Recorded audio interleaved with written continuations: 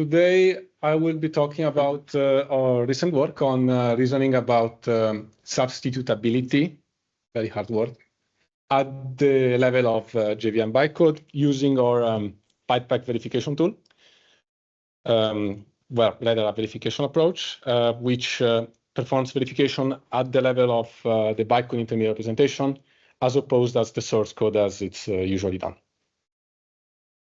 So I'd like to start with an example of how one could go about verifying a very simple program using ByteBack. And in this specific example, we are required to verify a method hem here on the right. And well, if you look at what this method is doing, it's basically just creating two lists and adding an element to each of the lists. And the property that we are interested into is whether this method returns normally, that is without an exception. So that's what the ByteBack at return annotation does. And well, this method could potentially throw an exception in several different points, even though it's small. But like, for example, the constructor invocation to array list could invoke an exception. The List.of method could also invoke an exception. But for this specific example, I will ask you to focus mostly on the two additions operations. And so to verify this method, we will be using a model of the Java list, so the list that is included with the JDK. It's a very simplified model, the one that I show you here on the left. And basically, what this model specifies is that it just specifies some of the operations, well, only one major operation, which is add, and the static method of. In particular, we want to discriminate between lists that are mutable or immutable, and to do so, we use this abstract uninterpreted predicate is mutable. And then we can specify the behavior of this simplified list as that an addition would return only if the target list is mutable, and whereas if it's not, it will throw an unsupported operation exception. And yes, this is what the actual Java JDK specification says.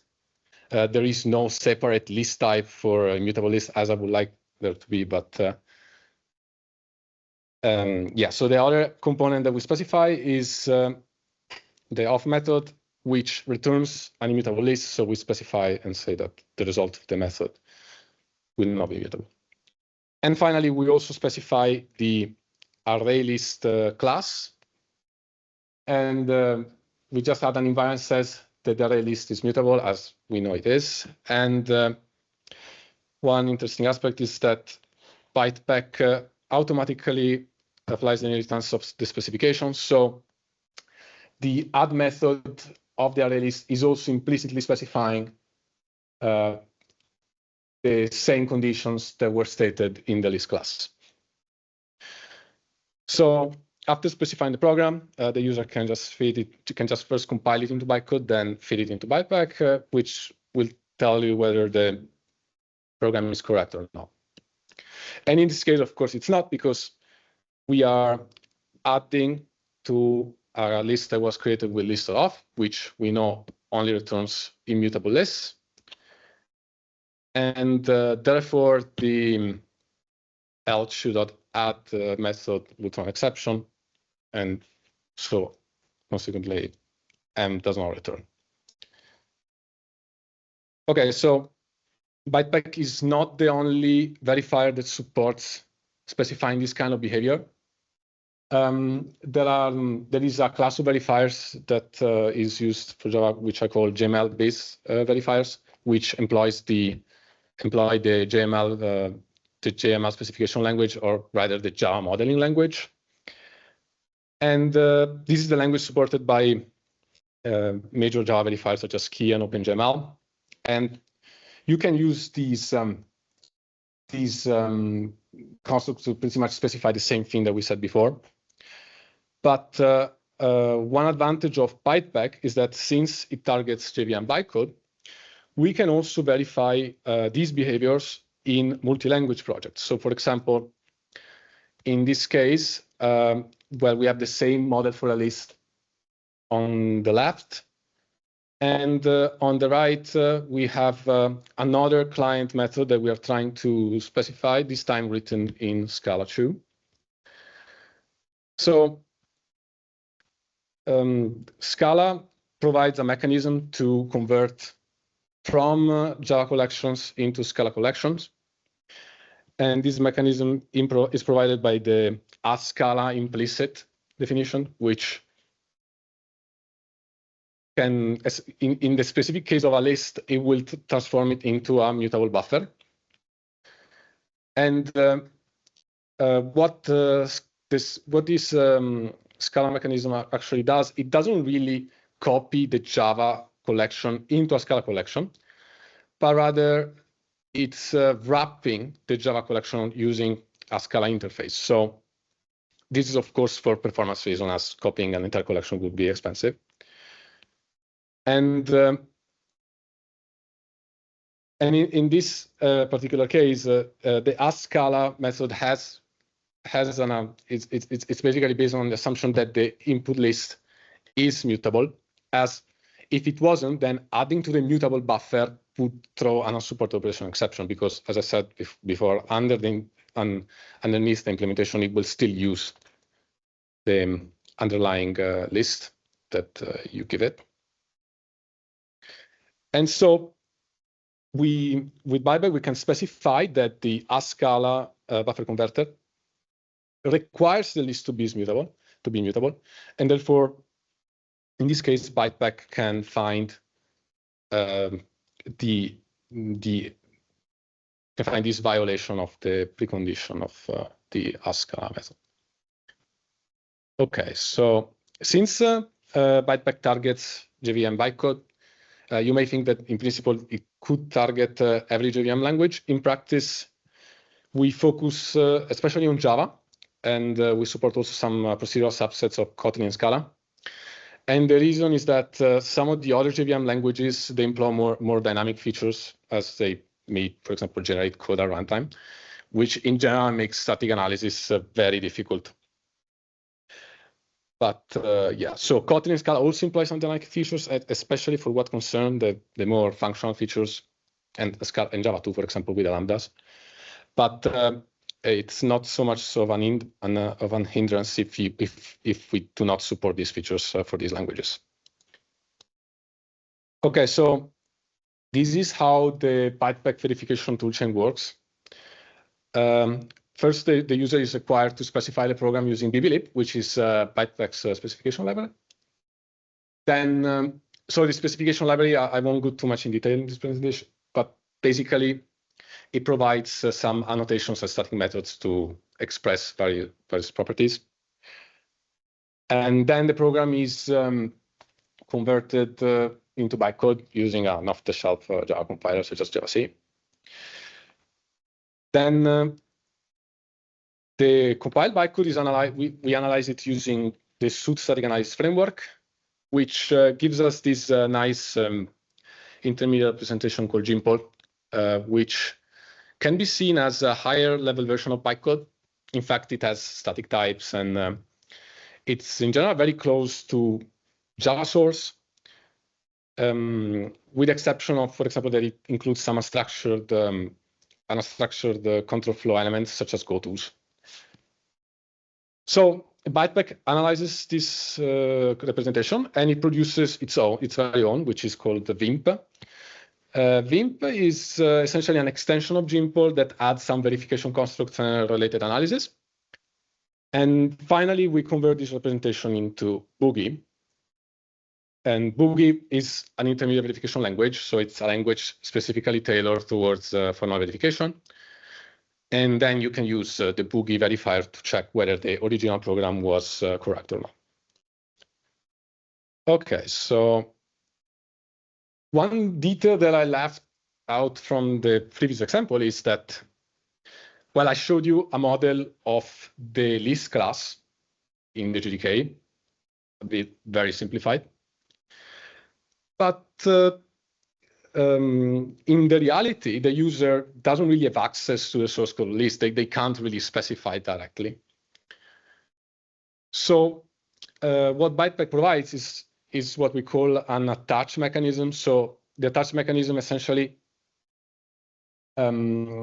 requires a target class, and then it's basically just an annotation that you put on the class, in this case, Liskov. And that basically tells ByteBack to attach all of the definitions in Liskov inside list. So basically, this can be used to attach specifications to code to which the user may not have direct access, or maybe third-party libraries, for example. It's important to note that this attach mechanism doesn't actually influence the actual bytecode, so it won't influence the runtime of the program. It's just something to aid the specification of it. So yeah, and so for the specification inheritance, I showed you before that ByteBack can propagate the conditions down the inheritance hierarchy. And here I want to look a bit to this a bit more closely. So specification inheritance aims to preserve the Liskov's substitution principle. And so this principle essentially states that if an instance of a certain class can always replace the instance of its superclass, at least on for what concerns its contract. And so to better understand how ByteBack enforces this, we have this simple example. We have a class A and class B, where B extends A. Both of them, they are implementing a method M. So the definition of M in B is overriding the definition of M in A. And what ByteBack does, it essentially strengthens the invariant and the postconditions in B with the invariants and the postconditions in A. And it does that by conjunction, which is a very simple way to strengthen those conditions. And this is because invariants and postconditions must be at least as strong or stronger in the subclass than they are in the superclass. Conversely, preconditions must be at least as weak or weaker. And so by adopting this kind of default strategy of conjoining invariants and postconditions and disjoining precondition, we can implement this strategy. But ByteBack provides another mechanism, which is through these only annotations. And what these only annotations say, it's basically that the condition that is specified, so for example, I, B, and QB, they're already stronger than the ones in the superclass.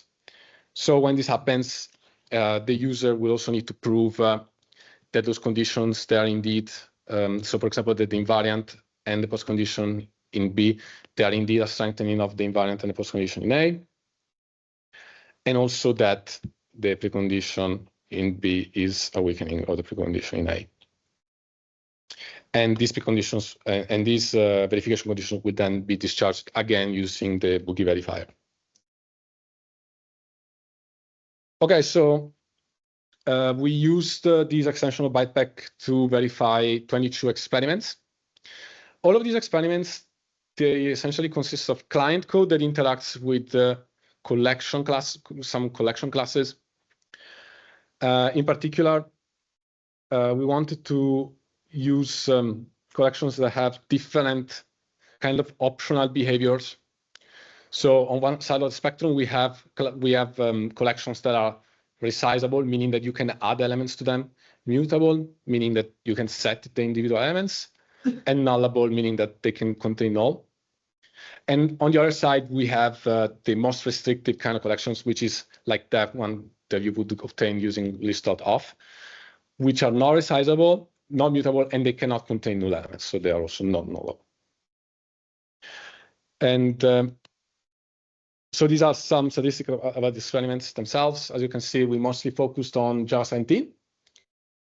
That's where the biggest volume of the experiment is. But we also verified some Scala and Kotlin experiments.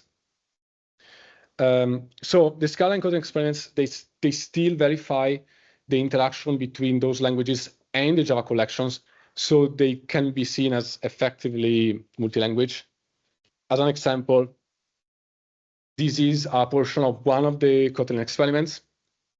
In this experiment, we are attempting to verify those two functions on the right, and we want to say that all of them.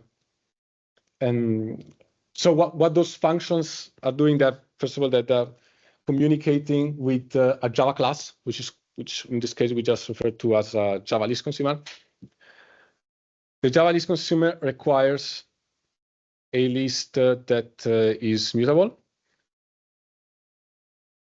And the two other functions, so pass to Java 1 and pass to Java 2, they are feeding lists to this consumer. So as you can see, the Kotlin function pass to Java 1 is creating a mutable list.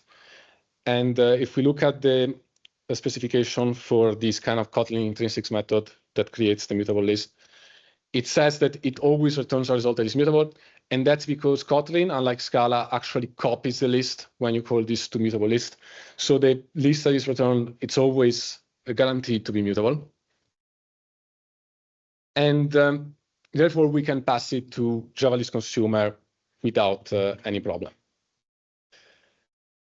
One interesting thing that I forgot to mention is that mutable list in Kotlin actually compiles to a Java list.